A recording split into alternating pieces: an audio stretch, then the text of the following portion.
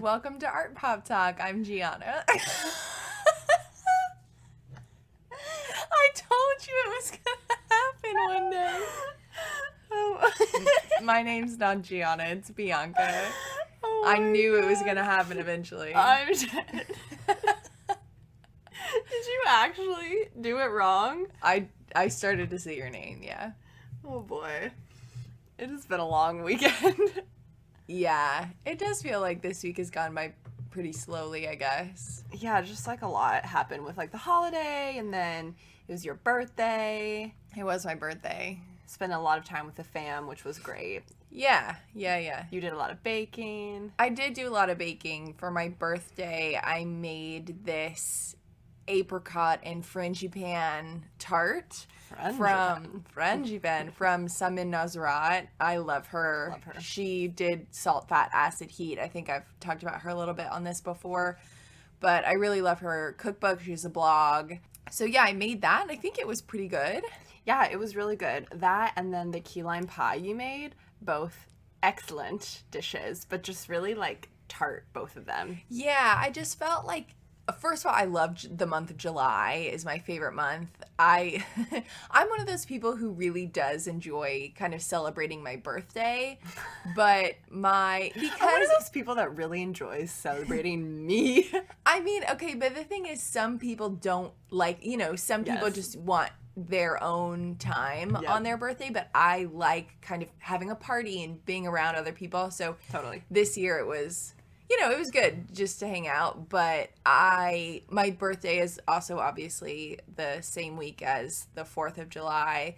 So normally growing up, we kind of had a birthday party, and then in that same week, there was also a lot going on with family, and I just feel like July is it's always so fun. The start of July is always such a good month, and I feel like it's just fruit season, And so I was really in the mood, not for cake or anything like that, but I wanted to kind of branch out and do something different. I never made frangipane before, and I never made a key lime pie before. The key lime pie was so good, but Was mostly it? because I love amaretto, and you put that in the crust, and It wasn't in the crust, it was in the whipped topping. Oh, it was in the topping. Yeah. Oh, okay. It was just all really good. But I'm a sucker for amaretto, so I liked it. And I felt like it also broke up the like tartness of like the key lime too. Yeah. I thought that was really clever. Oh, good. So, good on you. Thank you. I need to see what I'm going to make next. I've been wanting to make that apricot thing for a long time. I thought the crust on that was really good. Could you put amaretto in the crust? What would happen? I'm sure you could. I think it depends on the type of crust, because the crust I made for the key lime pie was a graham cracker crust, and you do bake that before you bake the key lime filling. Right. So I don't know if the flavor may not bake out, the alcohol would, but I don't know if it would come through as much in the crust. I feel like because the topping is so lightly flavored, it really came through in the cream, but well, it was all really good. Well, I'm glad everyone liked it. Thanks for letting me play in the kitchen this week. It was fun. Oh, well, thanks for letting me eat the food you make. So our episode today is really exciting because for the rest of the time, you are going to be hearing a conversation we recorded with our brother-in-law, Josh Turner.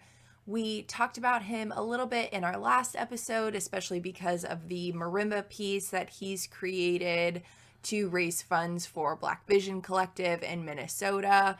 But Gianna and I had this idea when we started the podcast to have a segment called Josh Thoughts, because Josh tends to be really funny and really sarcastic and doesn't always partake in the kind of media and culture that Gianna and I take in.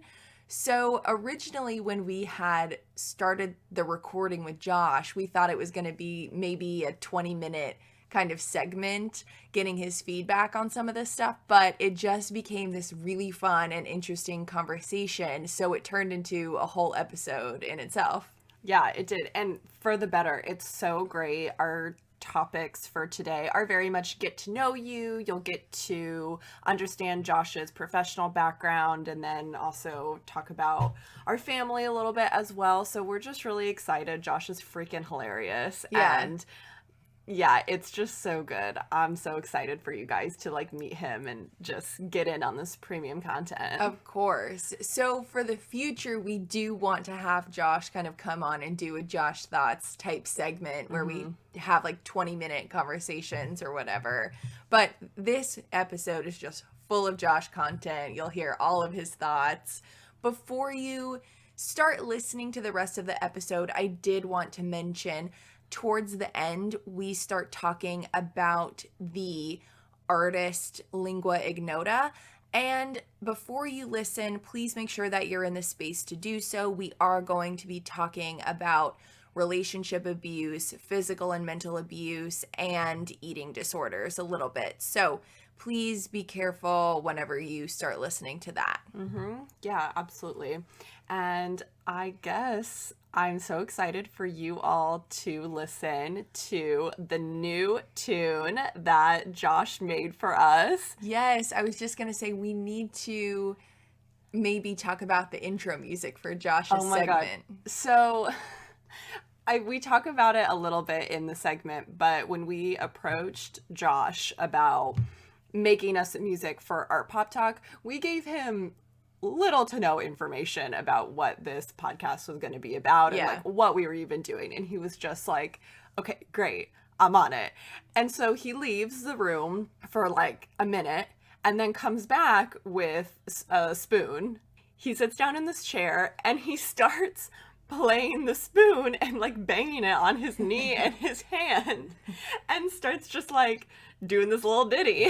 He's just playing this spoon, and I think that was when I moved to PA, so I think we were FaceTiming, and I'm watching Josh virtually come up with our music for Artpop Talk, but what he played on the spoons is what you guys are going to hear in a second whenever we introduce the Josh Thoughts segment, but we are also going to put the original video of him coming up with this music on our Instagram. It's really funny. It's so good. It just goes to show how much of a diverse musician totally he is. Diverse. Absolutely. Just using found objects to create sound. Which you all will learn is actually one of his favorite things to do. So you know what? It all worked out and it's freaking hilarious and we can't wait for you guys to listen to it. Yes. So thank you guys so much and we hope you enjoy this episode with Josh Turner.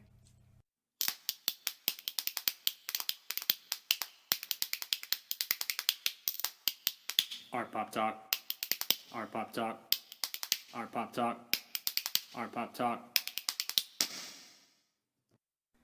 Hello everyone, welcome back and welcome to our first special segment, Josh Thoughts. Woo! Yay! We are back with the one and only Josh Turner. Well, but not really the one and only. The most important one. The most important one and the best musical brother-in-law that we have. So, Josh, welcome to the show. We're so glad that you're finally here. Hello. I'm also glad to be here. Yay. Thank you for having me on. Yay. Was that your extremely witty intro catchphrase? It was. Okay. And I think it crushed. It was good. I liked it. It was good. I liked it. So Josh, we want our listeners to know a bit more about you. Of course, we've talked about you on the show. As this is a reoccurring segment, it's only natural that for the first episode, do a little introduction. But before we do that, I want to talk about why we wanted to have you on the show and what the goal of this segment is. As I said in the last episode, you are really great and the most direct resource we have in helping to bridge the gap between what's going on in the musical world versus what is happening in the visual world and how we can explore and discuss, how they overlap. But also, Bianca and I have mentioned that we are so fortunate to have talented friends and family members that have been essential in helping Artpop Talk get up off the ground.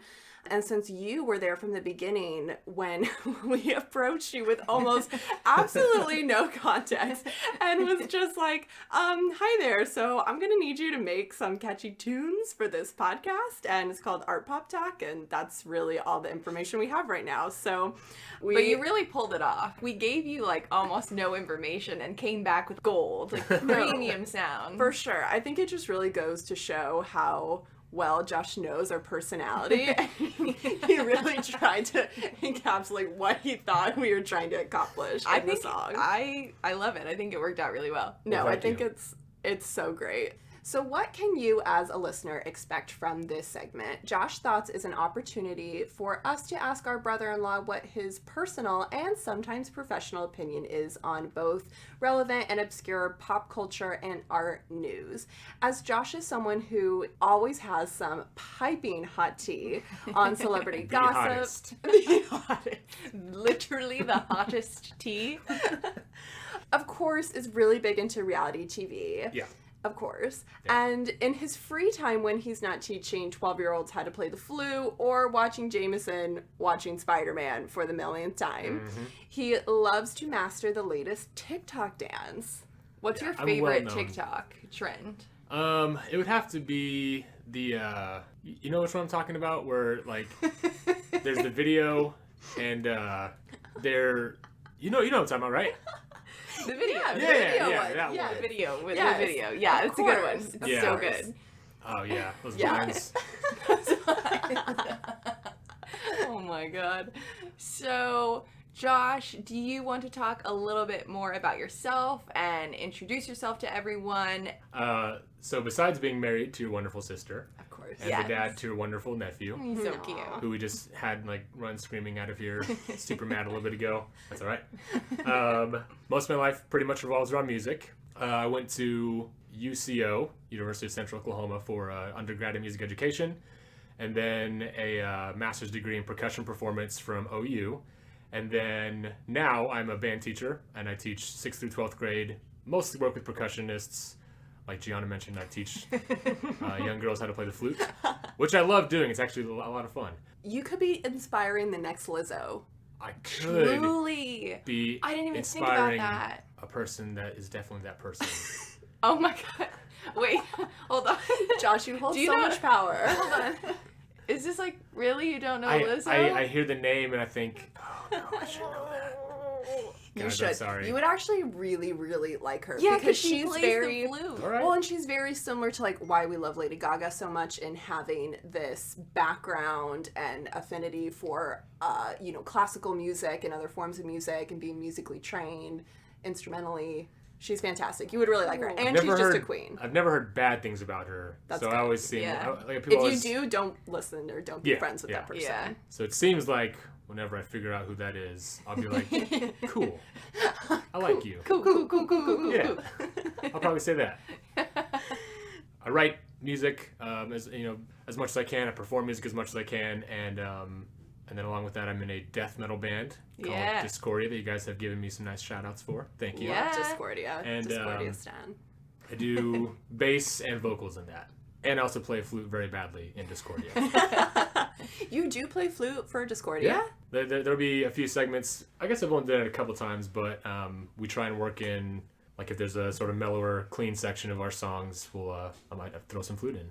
Whoa, I that's so love that. cool. I have never actually been able to see Discordia in person because, for those of you who don't know, I'm 22, and then, pandemic happened, and Discordia isn't, like, on tour right now, but it just seems like I haven't been able to, like, go to a bar with, like, the family when you guys have been playing, but I need to go see some Discordia. I've been to like a few Discordia concerts. Wow. I remember you went to one, that was a long time ago. I went to And one then- just with Adrian one time, and then one time we met like the family there. Like I brought a friend. Yeah. That was a long time ago. It was a long time ago. Yeah, I think I wasn't even playing bass in the band at that point. I was just doing vocals. You know, I can't really remember the details It's all because right. there was so much happening that It was loud I and- was not used to. I was not used to like the environment that I was in. But I need to go back. I need to go back for a show. Yeah. Well, we'll go. Once everything is like reopened, we'll just celebrate with like a great Discordia concert. We'll let the Artpop Talk tarts know, and Oh we'll my gosh, have it be a yes, party. we should have like a meetup Yes. at the Discordia concert. And Oh my it'd God. probably outnumber our actual fans by like 5 to 1. We'll Because wait, there'd be one fan there. if we play or if we get all of the listeners to come to a show, will you guys play our intro music live? Oh, I bet we could figure that out. That would be Oh my so God. cool. I bet we could figure that out. Yes, Like, okay, there's only guys. 3 of us in the band, but I bet we can make it happen. Oh, yes. I'm so That would be excited. incredible. I'm so excited. Okay, well, I want to talk about the marimba piece you made that we mentioned on the episode. We talked about this, what was it, last week, but we want to know more about why you made it, and maybe can you go into a little bit more detail about the musicality behind the piece? Yeah. So I guess to back up to like when the pandemic first started, I mean, like a lot of people, you're inside and you're just watching how badly we're handling everything, and it's just like you're mad, you can't do anything about it, and you're just mad and can't do anything about it. That's it. Yeah. And then on top of that, when George Floyd was murdered, it's like, I mean, first of all, that by itself is okay, yet another black man murdered by police, unarmed black man, or black person too, 'cause it's not just, it happens a lot. Yeah. And that enough was bad to be a catalyst for what we see now. But then on top of that, it was just sort of another thing that was, hey, look how badly America handles these things. And there's just, Right. the structure of our country is lets just so many bad things pile up. And so like that was Just one shitstorm after Exactly. another. It's like we're laughing because it's like so much anxiety, and like we're not even the people Yeah. that are Yeah, truly right. being affected Right. by this the most. Yeah, and I like so that when the protest started, that was like, okay, this is it for me personally. It was nice to kind of have this thing that, okay, all this just the aimless anger. It's like, okay, I can focus it here. But then that even feels weird to say because I'm not the one affected by it. Right. Like as a middle class white person, like I'm not basically living a very privileged life. It's, Yeah. it's not but it's at least nice to like have I could help in some way. So then along with that, I wanted to my best platform or my best voice is music, and so I wanted to do something with that to help however I could, and raised like almost $100. That's to sell the awesome. piece, That's which is great. cool. Yay. Yeah. Might be like a couple sales away from that, and it's not much. Like it's a niche thing to begin with, like intentionally gross sounding marimba music that it's not really on the radar of everybody out there. But I've sold a few, and so I've been able to donate some money and just have a bit of my voice being helpful while trying not to focus it on myself. Yeah. Right. And your family is from Minnesota, right? Yeah. Right. And so I love Minnesota. We go back often, and since Black Visions Collective is based in Minneapolis, I thought that was a good destination for the donations. Right. Yeah. Right. Definitely. Awesome. Musically for it, I talked a little bit in the description for that. It's in this octatonic scale, which is a scale that doesn't really have set rules other than there's 8 unique notes, and that's really all the only rule. There's not you don't have to follow a certain pattern. So I kind of made my own pattern for the notes. Wanting to use the notes G and F to represent his initials, and then the rhythms that open and kind of get interspersed throughout the piece are based on the chants, 2 specific chants: "Say His Name, George Floyd," and "No Justice, No Peace." And that second one has a couple different rhythms you could do that you could assign to the chant. So I tried to use both of those, and then filled in with just a lot of uncomfortable sounding music with. Because the pattern I came up with has a lot of notes that just clash together, so they're when you play them together, they just it's unsettled and it's unresolved because that's just sort of what the whole situation is right now. Yeah. And if there's little segments of what could be a nice melody you could hum, I try to make that really short, only happen for a little bit, and surround it with bad sounding notes, so that's it's not there's not a nice thing to latch onto, which is intentional with the music. So. That's pretty much that. Do you think that you would perform it in some way? Yeah, I mean, it's really hard. I've played through all of it at full tempo, not all in a row. Just kind of I would just basically just to make sure that it is playable and it works, from a technique standpoint on the marimba. And I would like to play it, and I want to learn it just so I can play it, just to play it. I didn't want to do a video of myself playing it or anything because it's not me. Yeah. It needs to be having that like the face of it. Right. So, and I, and maybe I'll perform it live sometime with the description beforehand of what it's about and what's not. I'm not trying to be like the face of it. So Yeah. Right. Yeah.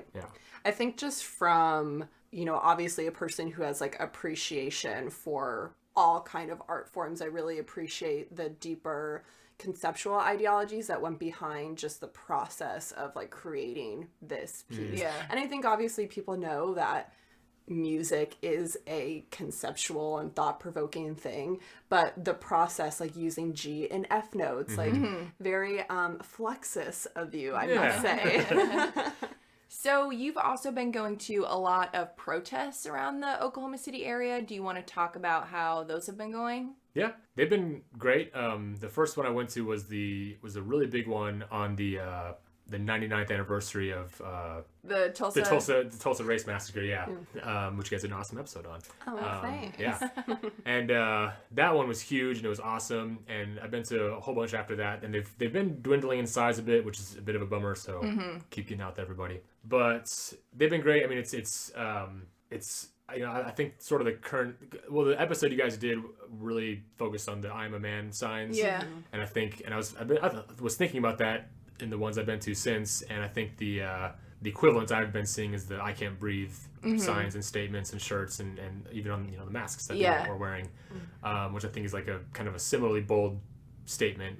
And well, because as we've been seeing too in other cases of police brutality, other victims have been also saying the same phrases and the same experiences have been happening to them. And I think that's crazy. So the "I can't breathe" phrase isn't even one segregated issue. It's really encompassing the whole thing, just like how "I'm a man" really was encompassing that sanitation movement in those workers. Well, I think it's also really interesting to think about, Gianna, how you and I perceive protests through like the visual imagery and the signage that we see, but like how Josh was saying, thinking about like the chants that people say in the street and turning that into a type of music. It's really interesting to see the different art forms that come out of the protest. And also, I mean, if you're on TikTok, I've been seeing a lot of protests and then like how the imagery of protests is turned into a video or how dance is performed through that. Yeah, so it's all really cool. Yeah, and then there's the instances all over the country of the murals being painted or the Black Lives Matter letters on streets. Yeah. Which is all great, and I think unfortunately sometimes that's a bit like performative, like, the mayor will say we're going to paint this on this street, but then we're not going to do anything about real structural change, defunding or total restructure of police departments, however you want to. It's like when we were walking around for like Pride Month and we saw like a building light up with all different colors and we were like, yes, equality is solved. Yeah. We did it, guys. we were with a friend and she was like, homophobia is solved now, and we just see this like pretty building like in rainbow colors. So she was like, stop the conversation, like, behold, everything is fine now. Yep, we did it. We did it. Gold star.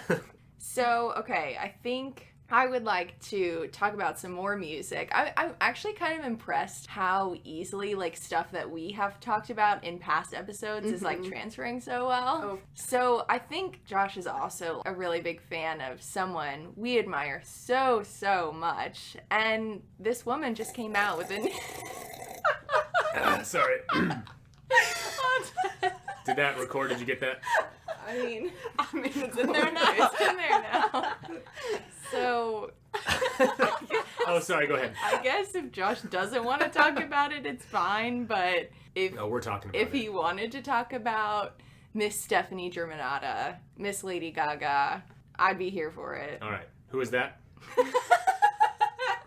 Okay, see, the thing is... Don't mess with me, Josh. I just need you to know that I feel like Gianna and I have been, obviously, Lady Gaga fans forever, and Josh has also been in our lives for a long time, and so I feel like whenever we first met Josh, it was this joke that he wouldn't listen to Lady Gaga. I was always nervous for bring it up because I feel like we'd get into some conversation about him not liking Lady Gaga that I would be afraid of. It makes so much sense that if we were going to both, all three of us, like one artist and, you know, just be obsessed with them so much, it would be Lady Gaga. Like, it makes so much sense. I feel like there's so many reasons why Josh loves Lady Gaga.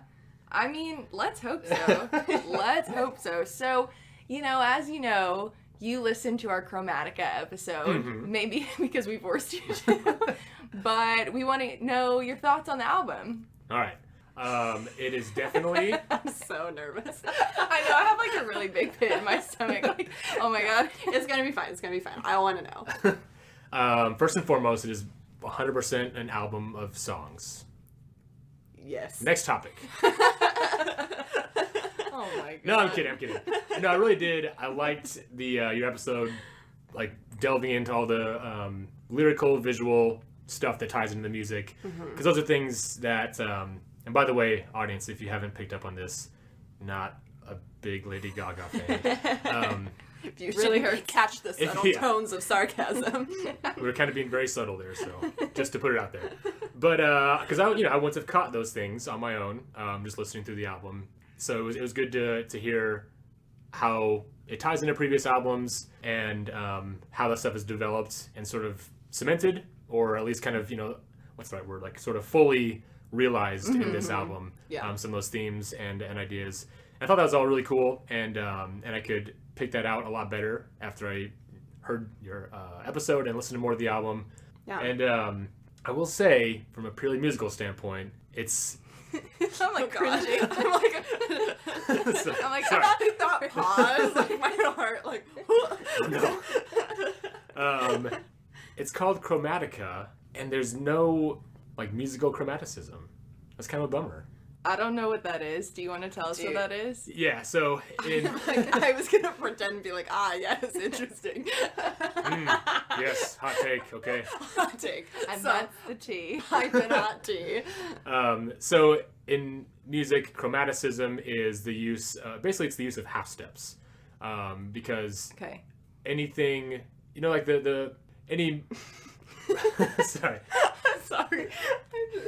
I'm trying to go back into the days where, like, Yeah. little backstory for you. I also was a percussionist back in the day, and Josh attempted to try to give me lessons, and I really just wasn't having it. And then I went to visual arts. So, anyways, please continue. I'm just getting like major flashbacks in my head, like me trying to listen to you. We're gonna have another lesson teach right me now. music. I'm getting a bell kit. No, God, no. In the bell kit.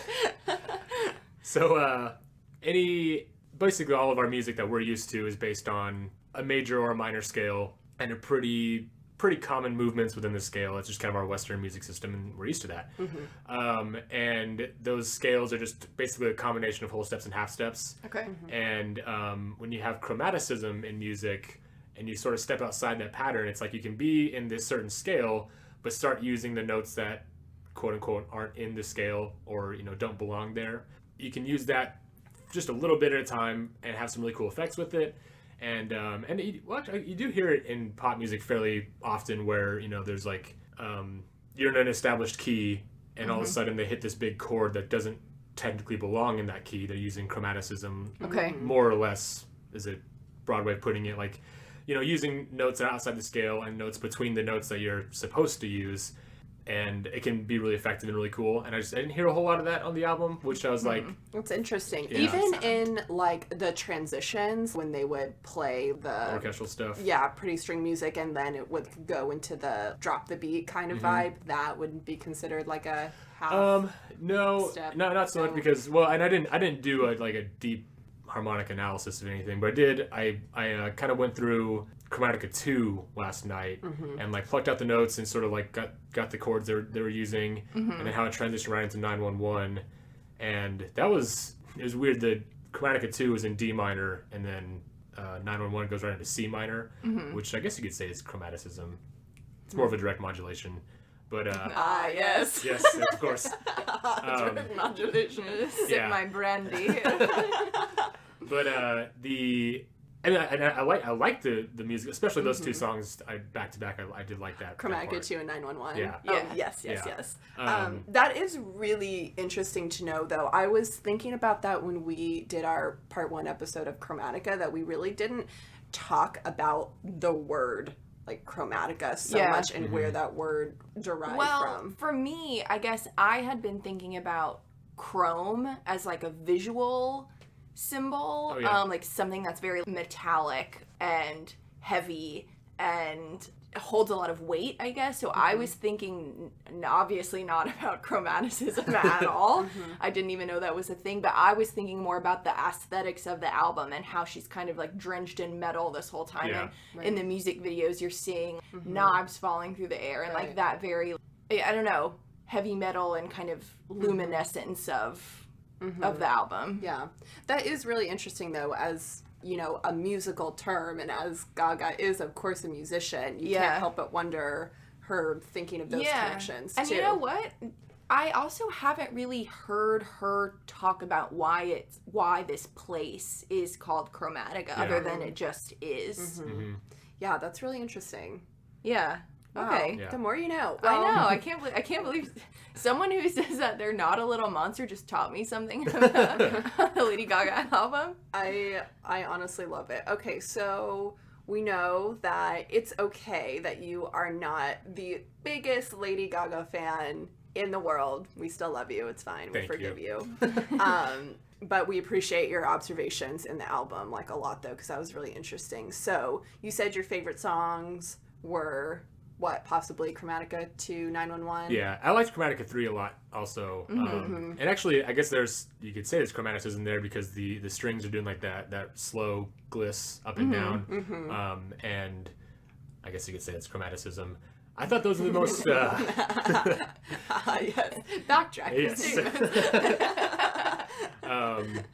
But I thought those 3 segments were to me the most interesting. Yeah. And I was kind of mad when they were over so fast. It's like, yeah, I do want more. Yeah. I was telling Bianca, wouldn't you just like love to go to Carnegie Hall and have like Lady Gaga just be up there orchestrating like a crazy person? Well, I was thinking conducting. Yeah. What did I say? Orchestrating. Same thing. I got a book on orchestration over there if you want to read it. Ooh, yeah. Let me just really exciting podcast episode. whip that out. Well, I was thinking, Josh, I don't know if you know much about her Vegas residency, but she has her show Enigma, which is like the kind of poppy, traditional, quote unquote, Gaga concert. But then she also has like a jazz and piano concert. So I don't know if you've listened to like her albums with Tony Bennett or any of her jazz music, but that might be cool. I do really want to go, Gianna was saying, see the jazz and piano show. Yeah, and I think that stuff would be, because I know I'm not, when I say that I was surprised there isn't any chromaticism, because I would also be interested in knowing why she chose that name. Right. Because it's not at all that she's not capable of that. Because I think also the aesthetic of the album, like you guys talked about, being very electronic influence, like focused for that, and how it develops throughout. I think it kind of, there's still room for, the chromaticism I keep talking about in that vein of music, but I guess, to be fair, it didn't really need to be in there, because it cemented the focus of the post-humanism you're talking about, and the electronic focus of it really well throughout. So it didn't really need that. It's just it's the word that just hung me up. Yeah, but, right. Although I didn't like dive into the sign from above too much. Like I didn't like pluck out any notes or anything like that or chord Do progressions. you like in Elton that. John? I mean, casually. What does that even mean? I casually like Elton John. I stand. But we were listening to we were literally on the way here listening to Lady Gaga's rendition of Your Song on the Elton John cover album. I know, I like shed a tear in the car and then it was like, move on with my day. Oh my god. But the outro of Sign from Above, I think, was like, it's cool. in the non-chromatica sections, I think was some of the most interesting like musical developing stuff, and then her voice would come back in over it. that stuff I thought that part was really cool. So I'd say that song is another one that I Okay. love 911. I accept I'll take that. it. Yeah, I'll those take are it. good answers. I'll take it. I would challenge Josh to perhaps listen to some other Lady Gaga, see if he can find some good Gaga musical moments that he can Well, appreciate. and thinking about like the Born This Way album too, she has a song like Heavy Metal Lover, and some of the songs in Born This Way, I mean, they're still pop songs without a doubt, but I think they can, I don't know, for me, they're musically interesting, and Born This Way is a diverse album too. Yeah. So thinking about that, you mentioned that you're in a metal band. How did you get into metal, and do you want to talk a little bit about how that influences your perceptions of music, because you're also a music teacher? Yeah, I got into metal in middle school, and it's hard to say how you get into a style. I mean, you just like it, or you don't. I don't know. But I think as a edgy, rebellious middle schooler, I kind of like the otherness of it. Like sort of, it's different than the most of the stuff out there, and so it was really intriguing. And and the stuff I've been into, the stuff that's really drawn me in the past several years has been music that leans way more into dissonance and just sort of intentionally sounds bad, I guess is a way of putting it.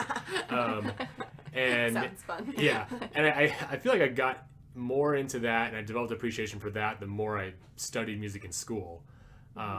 So it feels so visceral, and it feels so like such an appropriate mode of expression for kind of like, I don't know how to put it, like the sort of like the mundane ugliness of the world, which is not a thing you want to focus on exclusively because that's depressing. But I mean, I guess. yeah. But like if you're thinking a lot about the protests that we've been talking about, and just sort of like sort of the structural inequality and the systemic bad things that we have set up, I think really raw, visceral music like that is a good mode of expression for it. And like I said, that's not the thing you should focus on all the time, because you should give yourself a lift every now and then. But and not that all the music I listen to is focused on that, but I think if you're talking about stuff like that, it's a type of music that's really clicked with me for whatever reason. And there's also, I mean, there are plenty of bands out there that use that kind of music, that dissonance, sort of intentionally angular and harsh sounding music that talk about all kinds of things. Like, actually, the shirt I'm wearing right now. I need you all to know that Josh just took 2 seconds to look at what shirt he was wearing. I had to remind myself, but this band Gorguts. You guys love Gorguts, right? Oh, Totally. Yeah. I'm a big No Gore casual fan. fans. Yeah, No, no, we stand. Yeah, you stand Gorguts. I would Yeah. consider Luke myself LeMay, a oh man. Oh wow, so good, so good. I just really feel the power of the music when I listen to it. Yeah. I really feel the power. Feel the power. Oh, I can feel it. Oh my god. Sorry, please continue. Yes. I really want to know more about the band that I already love. Yes. Oh yeah, of course. This will be no surprise to you.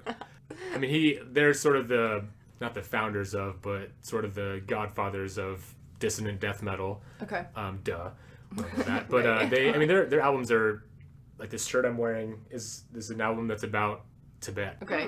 The cultural and history, and philosophical history in Tibet. Yeah. And that's it. And then he's got another one about I don't know, we should probably delete this part, but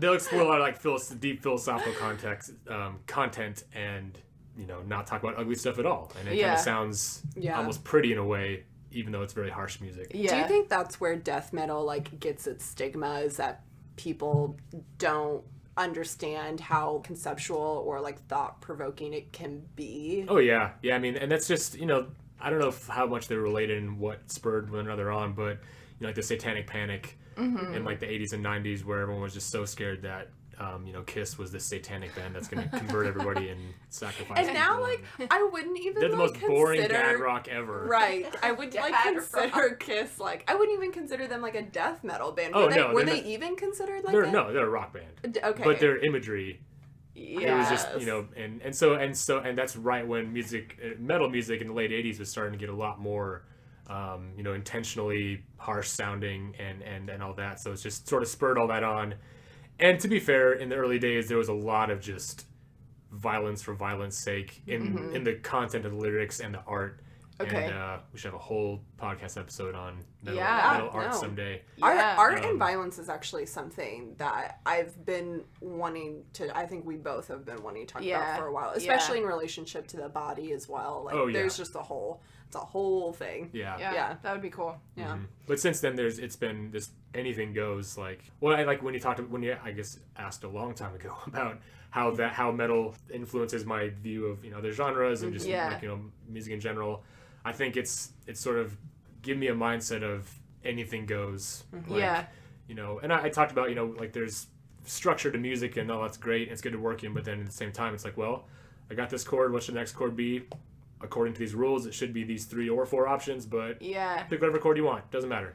Yeah, well, that's also really interesting to think about, again, in terms of the visual. Like, I'm thinking about, when Impressionists broke with point perspective and, like, you're trained in these ways. But Cubism. When the Academy tells you to do, this is the correct style of making something beautiful and making something noteworthy. But then it's the breaking of that actually makes it more interesting and more relatable.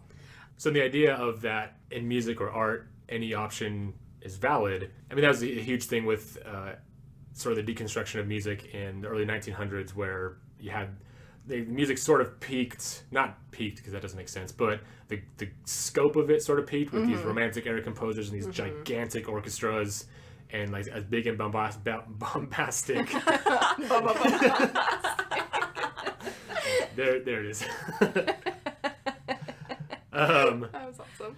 So that being as big and bombastic as possible, and then you stripped all that down in like the post-war era where it's just these tiny little, so the scope totally changed, and then with that tonality changed where you had this music that was really atonal, and Arnold Schoenberg developing his ideas of atonality, and he had a whole system with it where it was not as organic as I never got the sense that it was as organic as he said it was, because it just followed a lot of strict rules that were just different than the other rules. But he said it's a lot more organic, but it's forced. I don't know, it's weird. But he made fantastic music, and he painted too. He had these cool. This fantastic painting that I love called The Red Gaze. It's kind of terrifying when you look at it, but it fits his music wonderfully. Your eyes lit up when he said terrifying. And, he didn't really consider his music to be ugly and dissonant and gross. It was that by our standards of what we're used to. But he didn't consider it that way, and he had a fairly close relationship with the painter Kandinsky.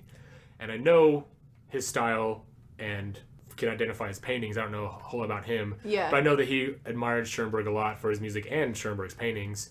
And his idea, sort of taking those ideas of visual dissonance, and I know what he did with color, like intentionally, if you're going to do these colors next to each other, there's certain rules you follow more or less, and he intentionally went the other way on the color spectrum or whatever. Right. Yeah, I think sorry, go ahead. No, I think in most of my art history classes we talk about Kandinsky in musical terms, him being not only influenced by music but painting sounds, and how we talk about synesthesia and how all of our senses are combined and how we can express that through sight, which is really interesting. Yeah, I was going to say the same thing. Like, Kandinsky is that example of, like, in art class when your teacher, like, turns on music and now they're like, okay, like, draw what you hear and go from there. Yeah. But it's interesting, too, I feel like, because Kandinsky now is such a revered artist and we really fully accept his works, but it's interesting how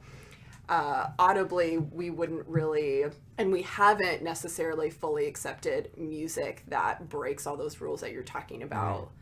Yeah, or if it gets accepted, it's accepted in the walls of a university where it's highly revered, and then you step outside into more broad cultural appeal, and there's just it's not a part of it at all. Right. Yeah. It's so outside of it. So I mean, that's just, and I think I'm always comfortable with that, and it's kind of like, that's how it is, because that's kind of how metal can be sometimes, especially like the further reaches that I like to the more underground stuff, I guess, that I like to get into, that I like to listen to. So I kind of like just getting in that realm and giving the finger to the rest of the world. That's how we do. I'm here for it. Well, okay, so going back to metal, you introduced us to an artist, Kristen Hayter. Is that how you spell your last Hayter? I think so. And then the band's name is... Lingua Ignota is what I'm going to say. I think that's don't- right. For the rest of this episode, then, I really just want to talk about her and the band. Is it the band, or is It's her by that her herself. name that she, like, takes on through her performances? Yeah, that's Okay. her stage name, and it's just her. And her most recent album was the first time that she had anyone else help her with the album or perform on the album. Her discography isn't long. She's only been around for a few years. Her early stuff was her by herself, like in a cabin. Like she didn't have anyone even like record her. Like she just hit play and then did everything herself. And yeah, so it was really cool. Oh. I mean, she has a very intense background. She really, I feel like, exploded in the underground metal world in 2017 with an EP called All Bitches Die. And so pretty intense right off the bat. But her background, she has a MFA in literary arts, I think, from Brown University, and she's an abuse survivor, and she stated that it's been through multiple relationships, and the last one that was the worst of the abuse, her abuser was arrested, and there was all kinds of obviously police reports and court documents documenting her abuse, and then how she felt like re-victimized over and over again in that whole process because our system is set up so badly for abuse victims and just anyone who's not a white middle class male. And so her she did a thesis while she was doing her MFA that pulled from those court documents and police reports and her own experiences, and then also pulled all kinds of lyrics and message board posts and everything that expresses a lot of misogyny in extreme music. And we talked earlier about how violence in art is a thing, is a topic with a lot of depth in it, and especially in metal art, extreme metal art. I mean, like there's a huge problem of violence against women specifically, and a lot of misogyny where in especially early death metal albums, every album cover was just like a woman's body being like torn apart, and it's the common excuse was, well, it's just like a horror movie, it's a Problems in love horror movies. We can go into a whole thing about exactly. This is us. the final girl and Right. Yeah. So I mean, all those tropes and cliches just get regurgitated in metal. But that also goes for so many other forms of musical art forms. Like misogyny is like really, really embedded in with rap music as well. Like, so it's not just metal music. Yeah. And so it's a huge thing, and that's why her obviously she's in her master's thesis she focused on it in metal, but it is such a broad concept. But she was able to get so much. Her thesis was 10,000 pages. that's crazy. Of misogynistic lyrics, message board posts, and then her own experiences, court documents, and all that. And it was assembled in a specific way, and I tried to read about the way, like it's called the Markov chain. I don't know what that is. If you know what that is, I don't know. But I don't know. I tried reading it about one time, and I got like one sentence in the description. It's like, close that tab. Never mind. But she assembled it using that sequence, Okay. and she's also struggled with anorexia for I think 10 years. She talked about it. That was the subject of her undergraduate thesis, where I was trying to find the thesis itself and I couldn't, but the descriptions I found were she recomposed Bach's The Well-Tempered Clavier, which is like a masterwork in the music world in establishing our current tonal system, basically, just how our chords and harmonic functions work. Basically just kind of got cemented by Bach in his works, and then the Well-Tempered Clavier was such a big one with that. Really, although it was him, it was a series of short pieces of him that you should play to make sure a keyboard is in tune. Okay. So it's kind of funny, but it's so structural that anyway, probably you can cut all that out. But Cut. No, we're keeping it. We're keeping it. So she recomposed that, and then I don't know what the process was for getting that into text, but that somehow documented her struggle with anorexia. And again, I don't know the details of that, but so basically she's a fascinating artist who's just always kind of put her own pain and, the broader pain that she sees and is a part of into a really focused work of art.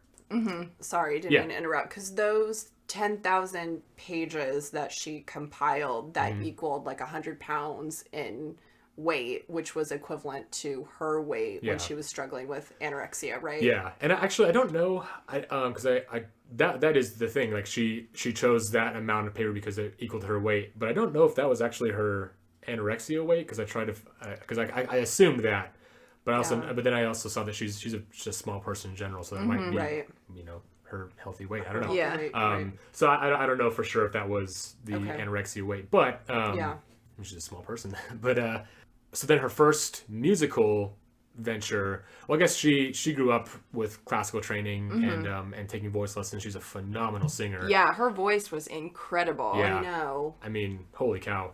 And then when she was in high school, she got into metal and all forms of extreme metal and getting into like the really deeper stuff.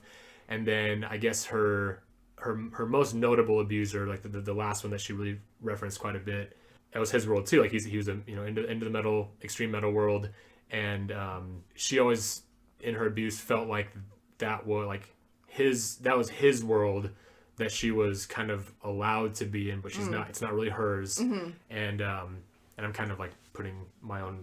I don't know if she's like these are exact words, but like she's kind of she's hinted at these at the idea of like that was his world, and and I was a victim within it.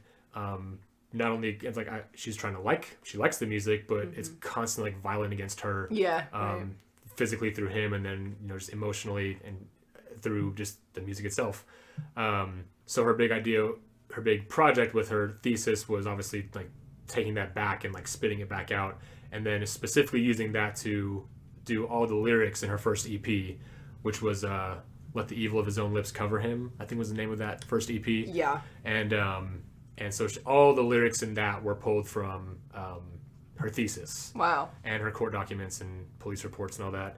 And so, yeah, basically it's her idea was that like she's reclaiming this and she's not trying to do like, I guess she also talked about, therapy and recovering from that, all that trauma. She tried to like self-help books and, advice from therapists she felt was very like, get a hobby and be happy, like kind of boiling down to those objectives, whereas she's felt much more release and catharsis through not making it any prettier, not trying to like, dress it up or step outside of those realms, but like just grabbing hold of these tropes and like hurling it back and like just kind of making it her own voice as opposed to being the victim of it. Which I so respect, because I feel like that's just such and what we've talked about like in relationship to like Chromatica, it's like this is what happened to you, that's your experience, and you sharing that with the rest of the world. Like you're not trying to make it sound any better or worse than it actually was. Like you are giving us what your true experience was. And if we want to fully understand what it's like to be a person in that situation and understand these personal traumas, your form of also like reclaiming her experience through the form and performative aspects of death metal, I think is really interesting and just really powerful. Yeah, I mean, I listened to the album All Bitches Die, and at first, I mean, it's not the type of sound that I normally take in. So for me, it was the topic was coming through very strongly, but the sound of it was also uncomfortable for me to hear at first, and then getting used to the new sound on top of the trauma that is clearly coming through. It was really, really interesting to listen to, and it was so interesting to hear the heavy, dark sounds that she was producing, and then in the middle of a song, like hear her voice come through, and I was like, whoa, what's happening, you know? But it was hard to listen to. I mean, like, I love that kind of music. It's hard to listen to. It was really, really hard for me to make it through the songs. Right, and that's rightfully so, and I think that's definitely the intent of it, not trying to like sugarcoat anything. Right. If this isn't hard for you to get through or listen to, then I don't think you're understanding it in the way that it's meant to be understood. Yeah. And it's such an interesting divergence from, like, I was thinking about her the entire time I was listening to your Chromatica episode, just because as you're talking about, all of the trauma and difficulties that Lady Gaga was sort of trying to, like, you know, with her father and her aunt, was it? Yeah. Yeah, like kind of fully bringing that into a way where she could finally feel like she's dealing with it, and, you know, the way that felt right to her. Yeah. And you know, like bringing things, like filtering into her music that way, so similar to Lingua Ignota, but just such a very different sound. Right. Yeah, right. it is interesting to think about two different artists who are using sound to talk about trauma. And for me, with Lady Gaga, I want to listen to the album, and I think for her it's about dancing through it. So it does, throughout the album, she takes you on that kind of journey of finding rejoice, where we can all kind of be together in the world of Chromatica and dance together. But with Lingua Ignota, that's not it's just a different type of environment and a different type of way of talking about trauma. With that, that's not something that I personally am going to feel rejoice in listening to, you know? So the means in which both of these artists are talking about similar content is cool. Yeah. I also thought it was interesting how, like, there's a highly constructed world for both of them. Yeah. Because obviously, like, the literal construction of the world Chromatica, that is, you know, like an actual, the idea of a place that where these ideas and topics get, you know, worked out, for lack of a better term, healed and processed. And then with Lingua Ignota, like, just like obviously the huge 10,000 page document. Yeah. And then she really constructs, obviously, just with the pure sound of it, it's so close and claustrophobic feeling, and just kind of oppressive feeling almost, which is her taking back, like, that power of what she had, you know, victimized, was victimized through.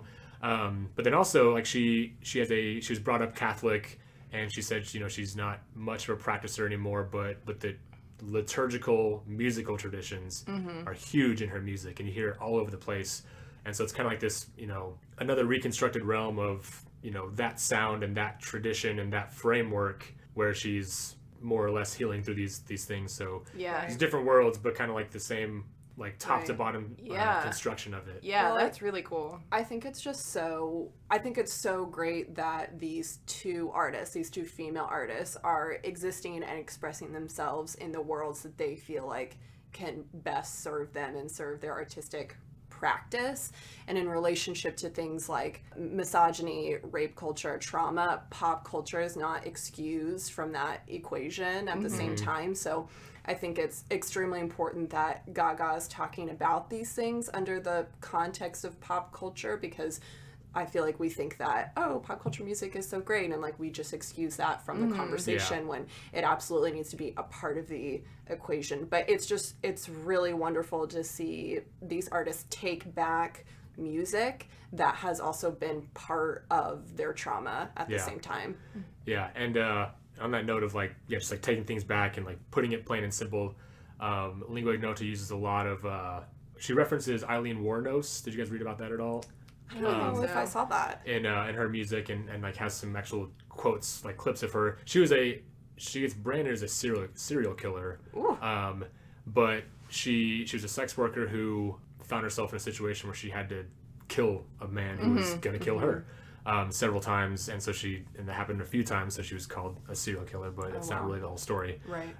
And when you look at her whole life, like, it is just a story of the system failing someone, like top to bottom. Like, you know, it's so easy to be like, oh, she was a sex worker, she was a prostitute, or like whatever, you know, whatever telling the version of history that we want to tell, which is ridiculous. And then she went nuts and killed some guys, and so she was executed, death penalty. And oh my gosh, it's horrible. So when you look at, like, it's so easy to just hear that. And then that's the end of the story. She deserved it, or whatever, you know, horrible thing you want to say. When you go through her whole life, it's like, it is straight up, like I said, it's the system failing this person from the very beginning, and there being no resources for her to ever even have a chance. And so I think in Lingua Ignota's music, she tries to, like, you know, obviously she never got the chance to. I mean, she got a chance to say her part, because there's interviews that were in her music where she uses Eileen Wuornos's interview clips, but obviously no one was listening, or not listening in the right way. So she's, like, trying to, you know, give that voice to, like, empowering that as much as you can at this point. But because, like, in that last song, on All Bitches Die starts with a quote or a transcript, a recording of Eileen Wuornos in court talking about how this guy was going to kill me, and he said, I'm going to kill you, and he killed other women before, and I had to do it, so I just grabbed my gun and shot or whatever. Wow. And that song, I don't know if you remember that song, but it's like she doesn't do any screaming in that one. It's all like just this nice singing, but like this really violent noises will interject sometimes. But it's like this chord, like it sounds like a hymn, like it's a liturgical sound to it, and it's holy is the name of my ruthless acts, and it's like it's just powerful lyrics talking about basically like the image of it is like like a woman who's like killed her rapist and killed her abusers with an axe, and just flipping that script of like so many songs about women being hacked apart by chainsaws and death metal, and now like flipping it around to be that, and then like in this like sonically like very holy sounding song. It's that song floors me. Yeah.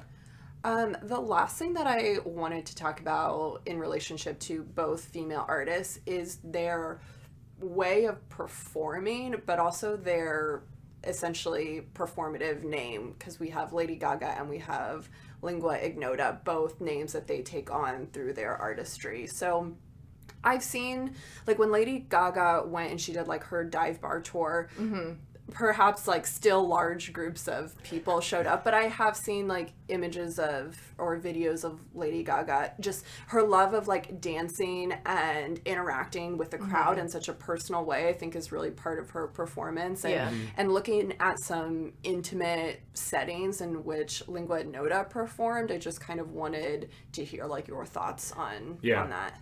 Well, in her videos, I would say that from the videos I've seen anyway, the venues I've seen are pretty typical of underground metal shows, where there's a stage that's not very high, there's not a barrier, people are right there, like a few feet from you, and that's how Discordia performs, and actual dive bars where it is just like you see vomit on the floor, and like, oh, well, that's part where we of are. the aesthetic, part of the brand. Yeah, but in her videos too, where she and her old like projections where there's like a white sheet and she'll go behind it with light projected behind her, or she's standing in front of it and there's like images of like burning buildings being projected on her and the screen as she's playing piano and doing the vocals, and then as you saw in the video too, where she'll like drape a neck or a light around her neck and just walk around to the audience, and her vocal performance of course is just like this amazing gorgeous singing,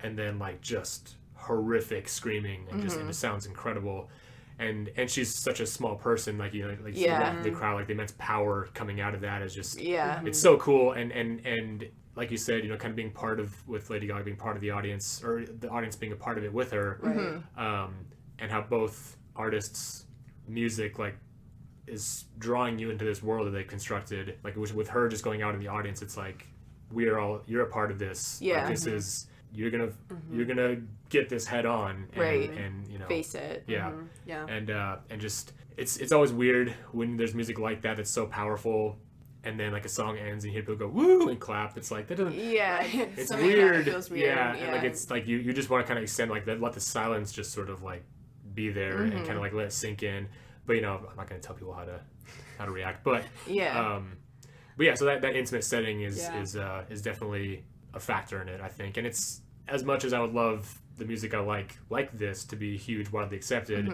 it's nice to where like I've been to shows where it's these artists that I just love, and I can be like 4 feet from them, and then like as soon as they're done playing, I can like step on stage and say, hey, that was great, and shake their hand, and talk to them at the merch table or whatever. So that's kind of a cool thing, and Lingua Ignota has talked about how at shows or other ways where you can meet fans directly, since it's not a big, it's a niche audience, and like people can walk directly up to her and say like, this album helped me so much, and that's really incredible. It's been a great thing for me. So cool. Well, we will link all of her stuff again on our resources page. I think she has an Instagram too, which we will highlight as well. But Josh, thanks for being here today. Thanks for having me. How did you feel like the first segment of Josh Thoughts went? I feel like I said a lot of words, and then now it's over. I mean, that's good. That's how we feel after every recording. Yeah. Some of the words might have been good. I mean, we'll get some feedback. We'll see what the fans have to say. Yeah, we'll see what they think. But I think overall, we are really excited about having you on, and we appreciate you making some bops for us and discussing some really wonderful female artists that should be talked about. Yeah. Yeah. Josh, Yeah. where can people follow Discordia? Where can people get your music? I know we do have the marimba piece linked on our Instagram bio as well. Discordia Band on Instagram. And if you search Discordia on Facebook, by the way, there's a H after the C in Discordia. But you all have linked it a couple times, so it's probably... Yes, and it is you are on our featured artist page as well as Discordia, so you can always find a link there. Yeah. And if you need any percussion ensemble compositions, 2 of my pieces were just published by Woo! C. Allen Publications. I have a percussion quartet and a percussion octet that were both published like a couple weeks ago. Wow. Sweet. I love to see it. Alrighty, friends. Well, thank you so much. You can always email us at artpoptalk@gmail.com, and we will talk to you on Tuesday. Bye, everyone. See ya. Bye.